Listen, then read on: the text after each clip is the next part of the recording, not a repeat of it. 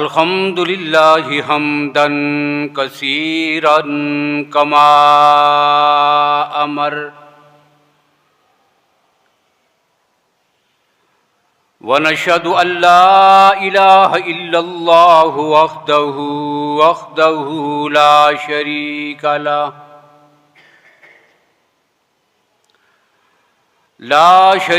लहू फिल खल्क़ि वल अम्र इरगामन लिमन जहद बिही व कफर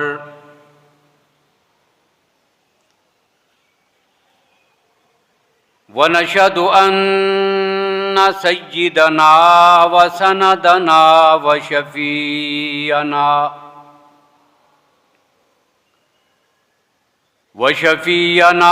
मुहम्मदन अब्दुहु व रसूलुहु अम्मा बादु फ़अऊज़ु बिल्लाहि मिनश शैतानिर रजीम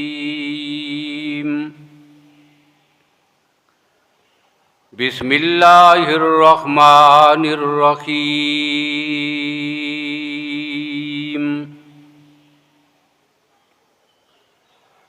इय्याका नअबुदु व इय्याका नस्तईन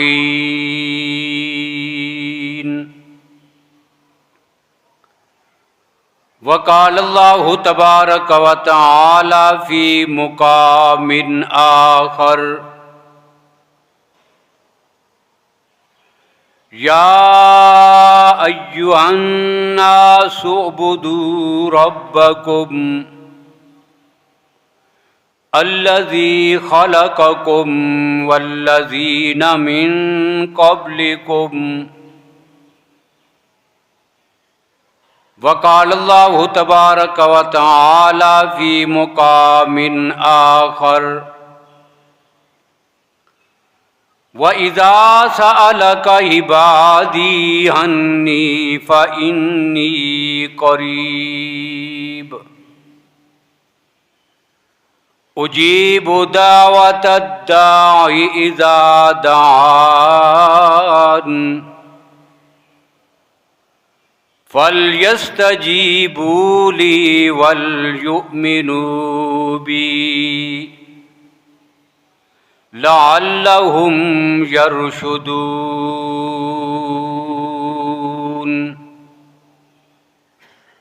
सदक़ल्लाहु मौलानल अज़ीम।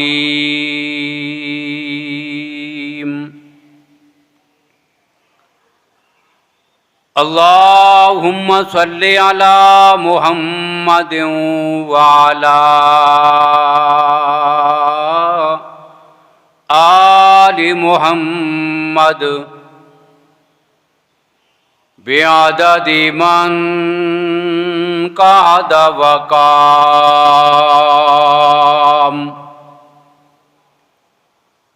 व सल्लि अला मुहम्मदिन व अला आलि मुहम्मद बिअददि मन सल्ला व साम।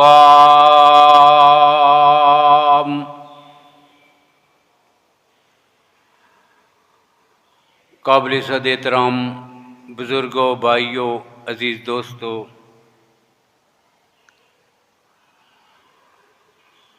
खुतबा में सूरतुल फातिहा की चौथी आयत आपके सामने तिलावत की है। आज की गुफ्तगू में इसी आयत से मुतल्लिक़ कुछ बातें आपके सामने अर्ज़ करनी हैं। सूरतुल फातिहा हर नमाज में, हर रकत में हम पढ़ते हैं। इसलिए ज़रूरी है कि हमें पता हो कि हम अपने रब के सामने खड़े होकर क्या कहते हैं। और इस आयत के हवाले से जानना इसलिए भी ज़्यादा ज़रूरी है कि इस आयत को बतौर नारा के भी हमारे यहाँ इस्तेमाल किया जाता है, इय्याका नअबुदु व इय्याका नस्तईन, ताकि हमें पता हो कि हम अपने रब के सामने ये क्या कह रहे हैं, और जो ज़ुबान से कह रही हैं फिर इस कहने का तकाजा क्या है। अमूमन आज से नहीं,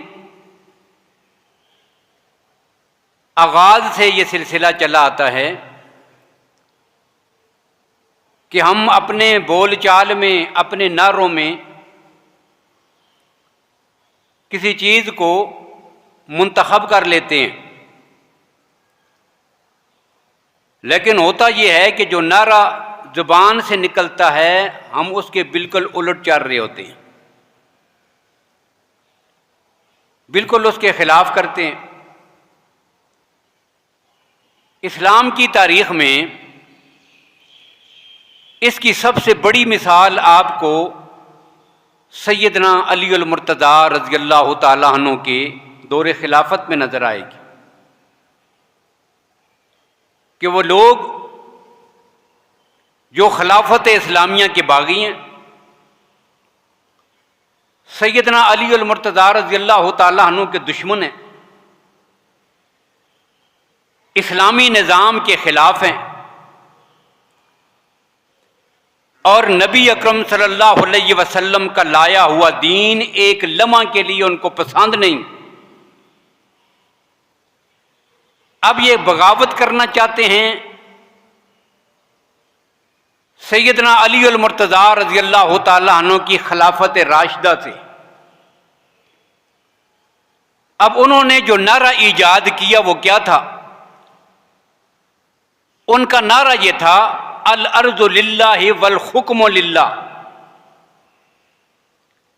कि ये धरती अल्लाह की है और अल्लाह की धरती पर हम अल्लाह की हुक्मरानी के सिवा कायनात में किसी की हुकूमत बर्दाश्त नहीं करते। अब कितना ज़बरदस्त नारा है। हर बंदा मोमिन का ईमान है कि जब सारी कायनात का खालिक अल्लाह है तो हुक्मरानी का हक भी सिर्फ रब्बुल आलमीन को हासिल है। आगे जो भी हुकूमत करेगा वो उसका नायब होने की हैसियत से अवाम का खादिम होगा, लेकिन अहकामात और शरीयत जो चलेगी क़यामत तक के लिए इस धरती पर वो शरीयत रब्बुल आलमीन की होगी।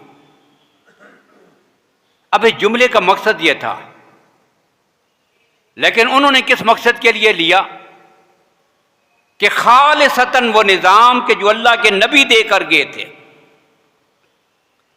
जिसे निज़ाम खिलाफत राशिदा कहते हैं, जिसके पहले ताजदार जैसे सैयदना सिद्दीक़ अकबर हैं, और उन्हीं से होता हुआ ये निज़ाम आज नबी अकरम सल्लल्लाहु अलैहि वसल्लम के दामाद हैदर करार सैयदना अली अल मुर्तज़ा रज़ियल्लाहु ताला अन्हु के मुक़द्दस हाथों में आ गया है। अब ये जो तबका था कि जिन्होंने इतना खुशनुमा नारा ईजाद किया, अल अर्ज़ु लिल्लाह वल हुक्मु लिल्लाह, इस्लाम की तारीख में इस तबके को खारिजी कहते हैं। ये इस्लाम के दुश्मन थे, ये सैयदना अली उल मुर्तज़ा रज़ियल्लाहु अन्हु के दुश्मन थे, ये सैयदना मुआविया रज़ियल्लाहु अन्हु के दुश्मन थे, ये इस्लाम के निज़ाम के दुश्मन थे, और खवारिज के नाम से इस्लाम की तारीख में इनका लक़ब आज भी महफूज है। और इनके नारे पे तबसरा करते हुए सैयदना अली अल मुर्तज़ा रज़ियल्लाहु अन्हु ने यह बात इरशाद फरमाई थी। फरमाया था, कालिमतुल हक़ उरीद बिहल बातिल, जो जुबान से नारा लगाते हैं बिल्कुल हक है, ये नारा हक है, इस नारे में फर्क कोई नहीं। ये नारा बंदा मोमिन का ईमान है, ये एक मुसलमान की सोच और उसका नजरिया और उसकी फिक्र है। लेकिन ये जो जमात खवारिज की, ये मेरी हुकूमत और खिलाफत के खिलाफ नारा लेकर जो मैदान में उतरे हुए हैं, उरीद बिहल बातिल, इनकी सोच, इनका इरादा, इनकी फिक्र ये बातिल है। ये सबसे बेहतरीन और वाज़ेह मिसाल है कि सिर्फ खुशनुमा नारों के पीछे हमने नहीं जानना, असल मकसद क्या है कि हमने अमली तौर पर शरीयत के मुताबिक अपना किरदार अदा करना है। अब ये जुमला भी और फिर एक और मिसाल भी पाकिस्तान की तारीख की जिक्र कर दूं। पाकिस्तान का मतलब क्या? ला इलाहा इल्लल्लाह, ये नारा है। कितना जबरदस्त नारा है। लेकिन आज कितना अरसा गुजर गया है, पौन सदी गुजर गई है। इस पौनी सदी में हमने हमेशा इस नारे से बगावत की है। क्या पाकिस्तान में ला इलाहा इल्लल्लाह का निज़ाम कायम है? क्या आज इस नारे की जदोजहद करने वाला कोई मौजूद है? अल्लाह की धरती पर अल्लाह की शरीयत का निफाज हो। गाए बगाए कुछ लोगों ने ये आवाज बुलंद की, फिर हमारी तारीख गवाह है कि ऐसी शख्सियात को सफाई हस्ती से मिटा दिया गया।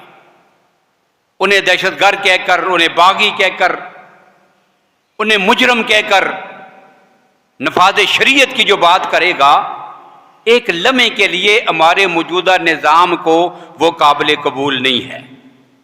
और नारा क्या है पाकिस्तान का? मतलब क्या? ला इलाहा इल्लल्लाह।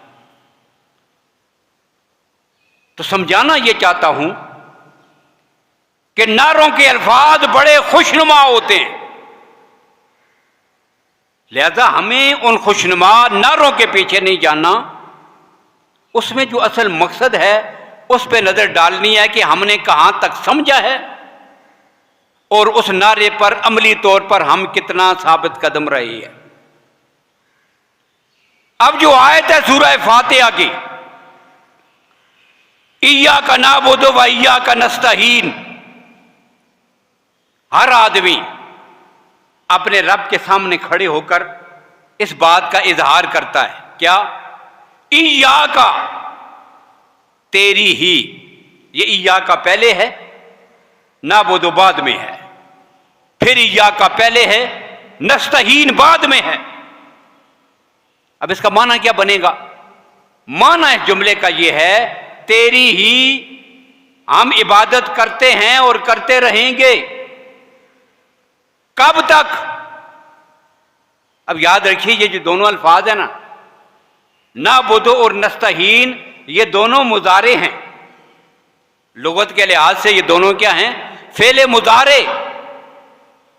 और फेले मुजारे की खूबी ये है, अरबी में फेले मुजारे का वसफ ये है कि बैक वक्त दोनों जमाने उसमें पाए जाते हैं।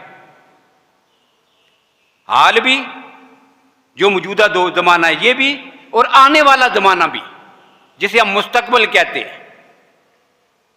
अब दोनों के लिए एक ही लफ्ज इस्तेमाल होगा, मुजारे का। अब अल्लाह ने जो मांगने का और इल्तिजा का तरीका हमें सिखाया फातिहा में, उसमें इस जुमले में यही सीगा इस्तेमाल हुआ मुजारे का। माना क्या बनेगा? इय्याका नअबुदु, तेरी ही हम इबादत करते हैं और करते रहेंगे। तुझ ही से हम मदद मांगते हैं और मांगते रहेंगे। कब तक? कब तक? आगे जाकर कुरान पाक में अल्लाह ने फिर उसकी वजाहत की है। अल्लाह फरमाते हैं, वाबुद रब्बका हत्ता यातियकल यकीन। यहां यकीन का माना क्या है?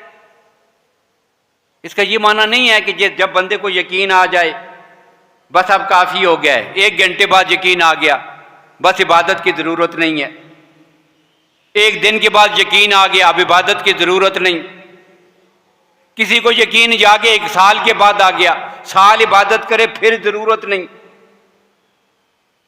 अल्लाह कहते हैं नहीं, वाबुद रब्बका हत्ता यातियकल यकीन। अब इस यकीन के साथ अलिफ लाम है। देखिए कुरान का समझाने का अंदाज देखें आप। यकीन के साथ क्या लगा है? अलिफ लाम, अल यकीन, यकीन नहीं अल यकीन। और जब किसी नाम के साथ अलिफ लाम आ जाता है ना तो फिर वो आम नहीं रहता, खास हो जाता है। फिर उसे नकरा नहीं कहते, उसे मारफा कहते हैं। कैसे? किताब नाम है ना, जब मैं कहूंगा किताब, कोई भी किताब है, उसे क्या कहेंगे? किताब। जब कहूंगा किताब, बात समझ नहीं आएगी कौन सी किताब, जो मेरे पास रखी है ये भी किताब, जो उधर रखी है वो भी किताब, जो किसी के घर में है वो भी, सबके लिए क्या कहेंगे? किताब। अब इसी नाम के साथ अलिफ लाम आ गया, अल किताब। और जब अल किताब कहा फिर इसका माना है अल्लाह का कुरान। खुसूसियत आई है कि नहीं? अब क़यामत तक जहां भी शरीयत की इस्तिलाह में अल किताब का लफ्ज आएगा, दुनिया की कोई किताब मुराद नहीं, सिर्फ कुरान मुराद होगा। मदीना अरबी में किसे कहते हैं? शहर को। मदीना अरबी में किसे कहते हैं? शहर को। अब जब भी कहूंगा मदीना, जहां भी ये लफ्ज इस्तेमाल हुआ, मदीना शहर है, कोई भी है, मेरा शहर, आपका शहर, किसी भी मुल्क का कोई भी शहर। लेकिन जब इसके साथ अलिफ लाम लग गया, अल मदीना, फिर जब भी जहां भी आएगा इससे मुराद मेरे नबी का मुकद्दस शहर जिसे मदीना तैयबा कहते हैं। तो ये होता है जी नकरा से मारफा। अब यहां भी रब ने कहा मेरे अल्लाह मैं तेरी इबादत करता हूं और करता रहूंगा, तुझ ही से मदद मांगता हूं और मांगता रहूंगा, लेकिन बता तो सही मैं कब तक ये काम करता रहूं? अब अल्लाह ने कुरान में रहनुमाई किया, क्या? कब तक? अल्लाह कहते हैं वाबुद रब्बका हत्ता यातियकल यकीन, यकीन तक। या अल्लाह ये यकीन क्या है? अल्लाह कहते हैं यकीन तो वैसे हर बात में अपना होता है। अब आदमी की सोच के मुताबिक अपना यकीन है, लेकिन जब इसके साथ मैंने अलिफ लाम लगा दिया तो कायनात में यकीनी बात एक ही है जिसे तुम मौत कहते हो। अल यकीन, मौत आने तक, जब तक मौत का फरिश्ता नहीं आता, आदमी दुनिया से चला नहीं जाता, उस वक्त तक अल्लाह ही की इबादत का मुकल्लिफ है। अब ये तो हो गया ये आयत का माना, इया का नाबुदु व इया का नस्तहीन, या अल्लाह तेरी ही इबादत करते हैं और मरते दम तक करते रहेंगे, तुझ ही से मदद मांगते हैं और मरते दम तक तुझसे मदद मांगते रहेंगे। अब ये पहली बात थी। दूसरी बात इख्तिसार के साथ जिक्र कर दूं, ये इया का क्यों साथ लगाया? भाई ये तो कहना था या अल्लाह हम इबादत करते हैं तेरी, तुझसे मदद मांगते हैं। इसके लिए अरबी में इख्तिसार भी है। इस जुमले को आप छोटा करके भी जिक्र कर सकते हैं, तवालत की जरूरत नहीं। कैसे? आप कहेंगे नाबुदु का व नस्तहीन, इसका यही माना है, हम तेरी इबादत करते हैं और करते रहेंगे, तो इससे मदद मांगते हैं और मांगते रहेंगे। नाबुदु का व नस्तहीन, अब कितना छोटा हो गया। अब इसके साथ 2 बार इया का नाबुदु व इया का नस्तहीन, ये इया का लगाने का फायदा क्या हुआ? इसके अब बहुत सारे फवायद हैं।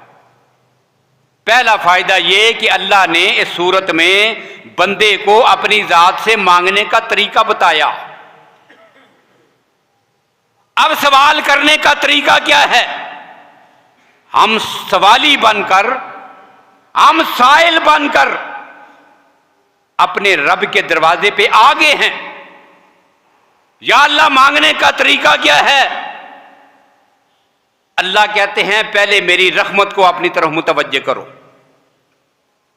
अब मांगने का यह तरीका नहीं होता कि जिसके दरवाजे पे आदमी जाए बस दरवाजा खुलते ही पहले ही अपनी बात उसके सामने रखती। नहीं, मांगने का तरीका यह होता है कि जब उससे कुछ निकालना हो ना, तो फिर पहले उसकी तारीफें करें, उसको अपनी तरफ मुतवज्जे करें। जब वो आपके तरफ मुकम्मल तौर पे मुतवज्जे हो जाएगा, अब आपने अपने मकसद की बात उसके सामने रखनी है, फिर वो मान जाएगा। अब या का कहकर बंदा पहले रब की रहमत को अपनी तरफ मुतवज्जे करता है, फिर अपनी इबादत और मदद की बात अपने रब के सामने रखता है।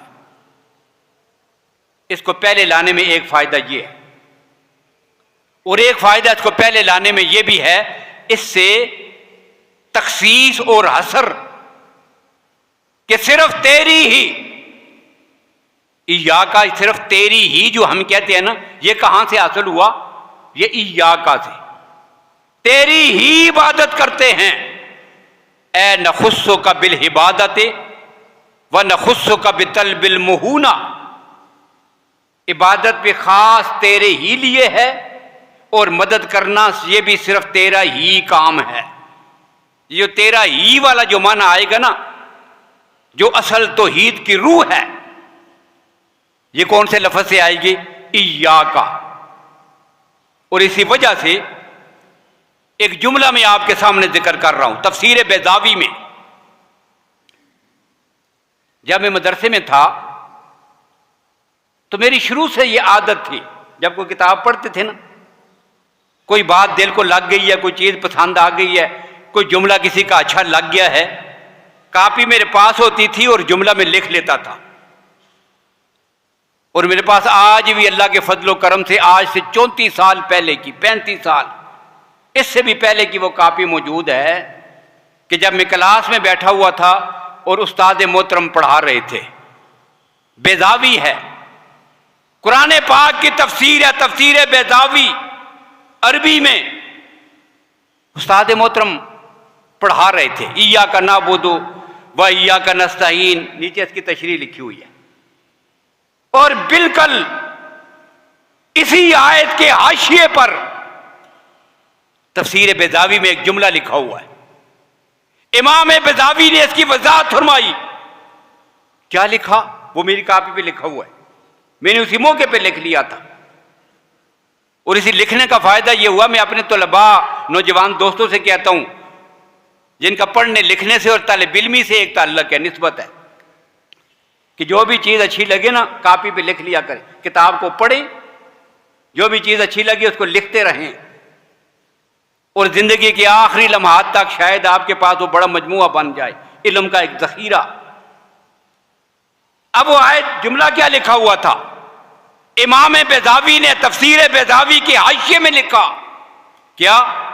फसबता इया का नाबुदु व इया का नस्तईन, कहते हैं कि इस आयत से यह बात साबित हुई। फसबता अन्नल इबादता वल इस्तिहानता मखसूसम बिल्लाहि तआला औ मन इस्तहाना मिन गैरिही फहुवा काफिरुन यकीनन। इस आयत से यह साबित हुआ कि इबादत भी सिर्फ अल्लाह ही का हक है और मदद भी सिर्फ अल्लाह ही का हक है। अब जो अल्लाह को छोड़कर किसी की इबादत करे या अल्लाह के सिवा किसी से मदद मांगे, फहुवा काफिरुन यकीनन, ऐसा आदमी पक्का काफिर हो जाएगा। ये है ये अकीदा है तौहीद, ये अल्लाह की तौहीद है, ये अल्लाह की उलूहियत है, ये उसकी रबूबियत है, जिसका इकरार सूरह फातिहा की पिछली आयत में हमने किया। अल्हम्दुलिल्लाहि रब्बिल आलमीन अर्रहमानिर रहीम मालिक यौमिद्दीन। तब आगे कहा इय्याका नअबुदु व इय्याका नस्तईन। अब ये है जी इय्याका। और दूसरी बात ये ईया का पहले लाया, नाबुदो बाद में। अब इसकी एक वजह और भी जिक्र कर दूं।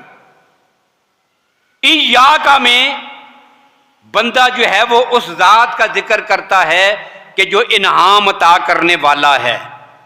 उसे क्या कहते हैं? मुनहिम।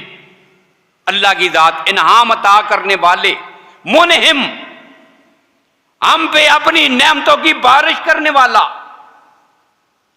अब नेमतों के मिल जाने से यह जरूरी नहीं कि नेमतें करने वाला भी हमें मिल जाए।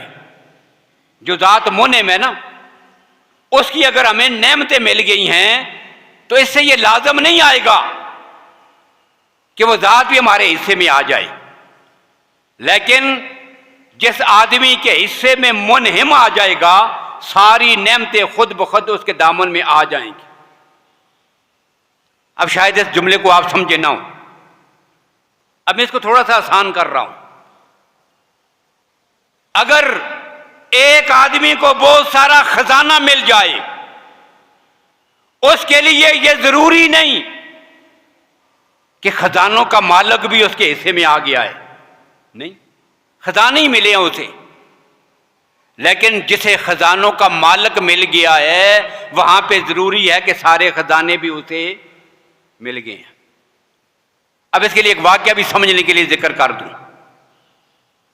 एक बादशाह अपने दरबार में बैठा है, सामने वजीर हैं, मशीर हैं, और एक गुलाम जो है वो पंखा लेकर गर्मी की वजह से बादशाह को पंखा हिला रहा है। बातें हो रही हैं। अचानक दौरान गुफ्तगू बादशाह ने ऐलान कर दिया, पूरे महल में जितना सोना है, चांदी है, हीरे हैं, जवाहरात हैं, खजाने हैं, मालो दौलत है, जिसके हाथ आए उठा लो, उसी का है। अब ये ऐलान सुनना था कि सारे लोग टूट पड़े। किसी ने अलमारियां खोली, किसी ने दराजें खोली, सारे खजाने अपनी गोद में भर लिए, हीरे, जवाहरात, सोने, चांदी सब उठा लिया। सब खाली करके अपनी गोद भरकर अपनी अपनी कुर्सियों पे आके बैठ गए। लेकिन सब ने देखा कि वो जो पंखा हिलाने वाला था ना, वो कहीं भी नहीं गया, वो नहीं दौड़ा, उसने 1 रुपया भी कहीं से नहीं उठाया। बस सिर्फ एक काम किया कि पंखे को नीचे रखा और अपने दोनों हाथ बादशाह सलामत के कंधे पे रख लिए। अब बैठते ही सबकी नजरें उस पर पड़ी और उससे सवाल किया कि अल्लाह के बंदे, आज बड़ा मजा था, बादशाह की सखावत उरूज पर है, आज तो उसने अपने सारे खजाने ही लुटा दिए हैं, तुझे कुछ नहीं मिला, तूने कुछ नहीं उठाया। उसने कहा कि तुम्हें क्या पता है, किसी की गोद में हीरे जवाहरात आए, किसी को मालो दौलत और दर मिला है, और इन सारे खजानों का मालिक मेरे हिस्से में आ गया है। अब मुझे किसी चीज की जरूरत नहीं। अब बादशाह सलामत जब मेरा हो गया है तो फिर कायनात में मेरे पास किसी चीज की कमी नहीं है।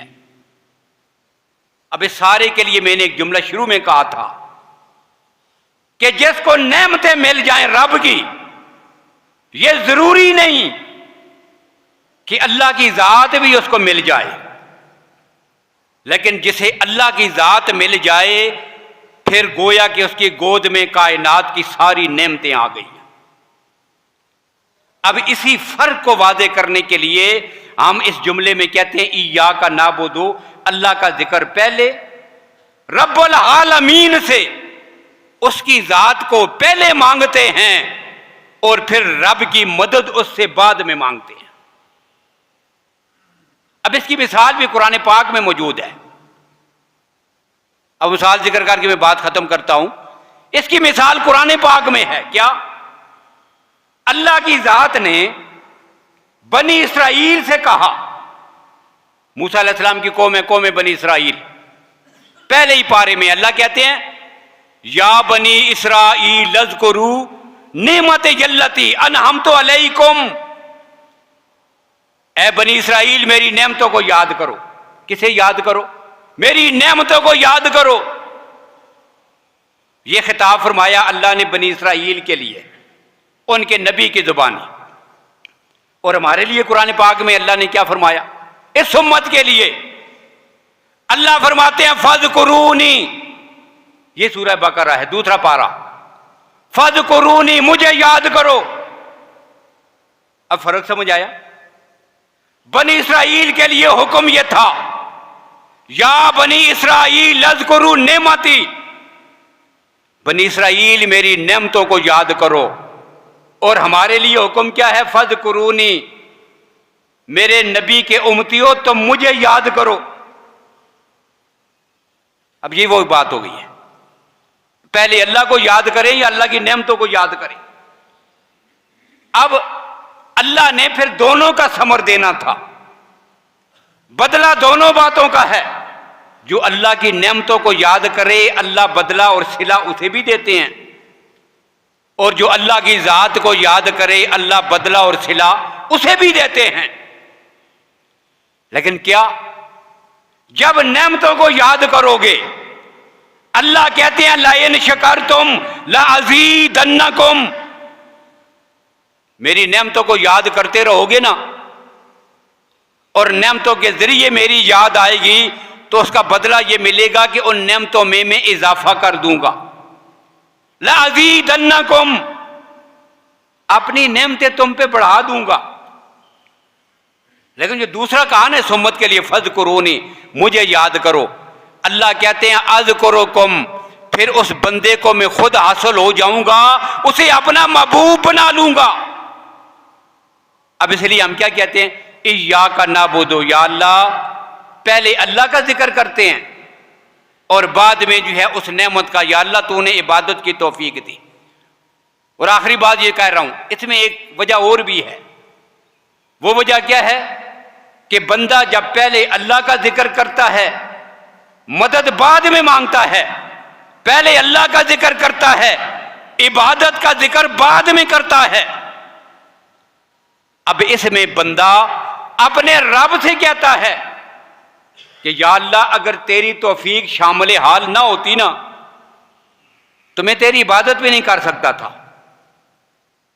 अपनी सारे कमालात की नफी है और रब्बुल आलमीन के कमालात का इतराफ है कि या अल्लाह, तेरी तौफीक ना होती, ना मुझे तो इससे मांगने का मौका मिलता, ना इबादत करने का मौका मिलता।